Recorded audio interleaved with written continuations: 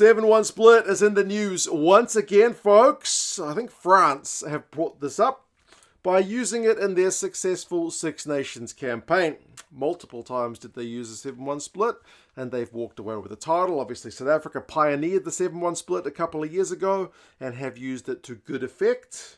There's been a few critics over the years of the 7-1 split. Gregor Townsend's put out a few comments about the 7-1 split. He's definitely entitled to his opinion. World Rugby has also put out a few comments. So what have they all said? What do I reckon? We'll go through it and you guys can let us know your thoughts. Well, Gregor has basically said, I don't think the bench was set up to suddenly have a new forward pack coming on. He's probably right. And he also says, where do we think the game might end up?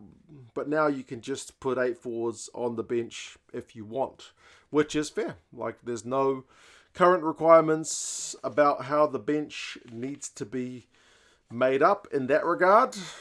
Personally, I think there are both risks and benefits to going 5-3, 6-2 and 7-1.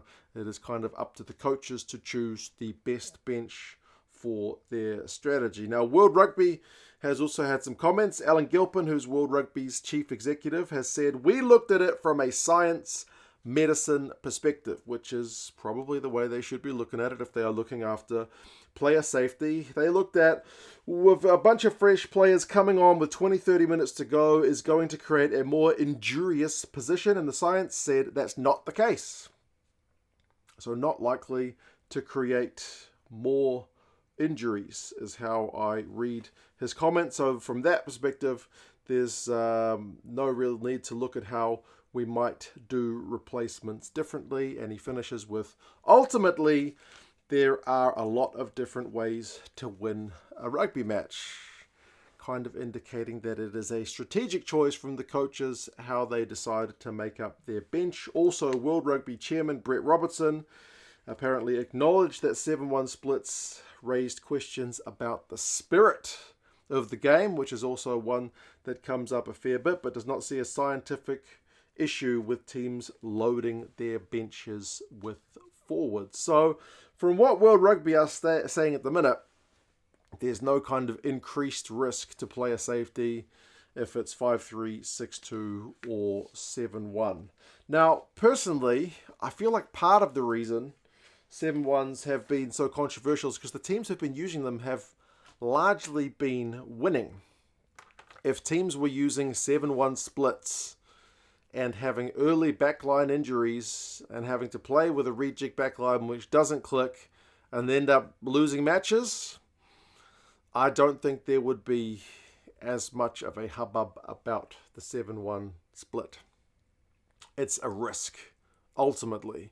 If you are playing 7 forwards on the bench, you have a potential benefit of crushing your opponents by, on 45 or 50 minutes, literally bringing on 7 forwards at the same time, especially do it at scrum time to demoralize the opposition and look to kind of grind them into the dust with these 7 fresh big behemoths. But like I said, there's equally a chance that you get one of your key guys injured who you don't have proper cover for within the first 2 minutes of the game, and you spend the rest of the 78 minutes playing with a rejigged, far from optimal backline.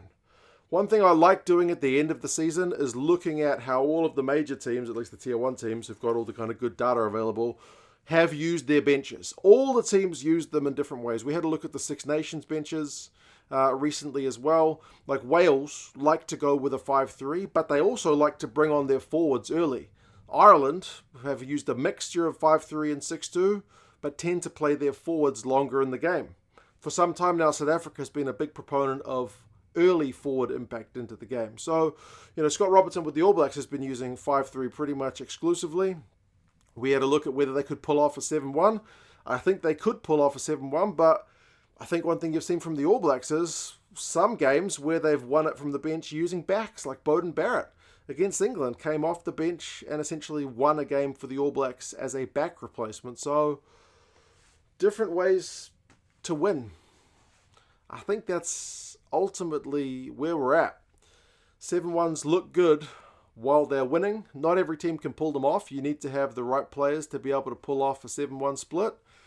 You've got to go for your strengths So if a 7-1 split is going to be beneficial and you're willing to take the gamble on the back staying on the whole time or potentially playing a forward in the back line, go for it. But it could also equally blow up in your face. Other teams will be able to get more out of their backs. It'll be interesting to watch and see if more teams other than South Africa and France adopt the 7-1. I feel like 6-2 is probably going to become the norm, but it will, as always, be one to watch. But anyone who is against the 7-1 is certainly entitled to their opinion. There are other people like Nigel Owens is kind of on the record. He would like to see fewer substitutes being able to be used, introduce more fatigue into the game, because that'll create more space at the end of the game. I think Bill Beaumont has basically said the same thing.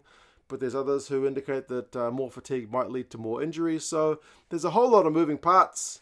For mine right now, I look at the way teams use their benches as to when they bring on their subs and what's the balance of their subs between forwards and backs as a tactical decision, which sometimes will work and sometimes might not. But anyway, you guys let us know your thoughts. Do you reckon World Rugby need to regulate the bench, or is it up to the coaches to employ whatever strategy they think is going to be best? You guys take care, and I'll talk to you guys again soon. See you later.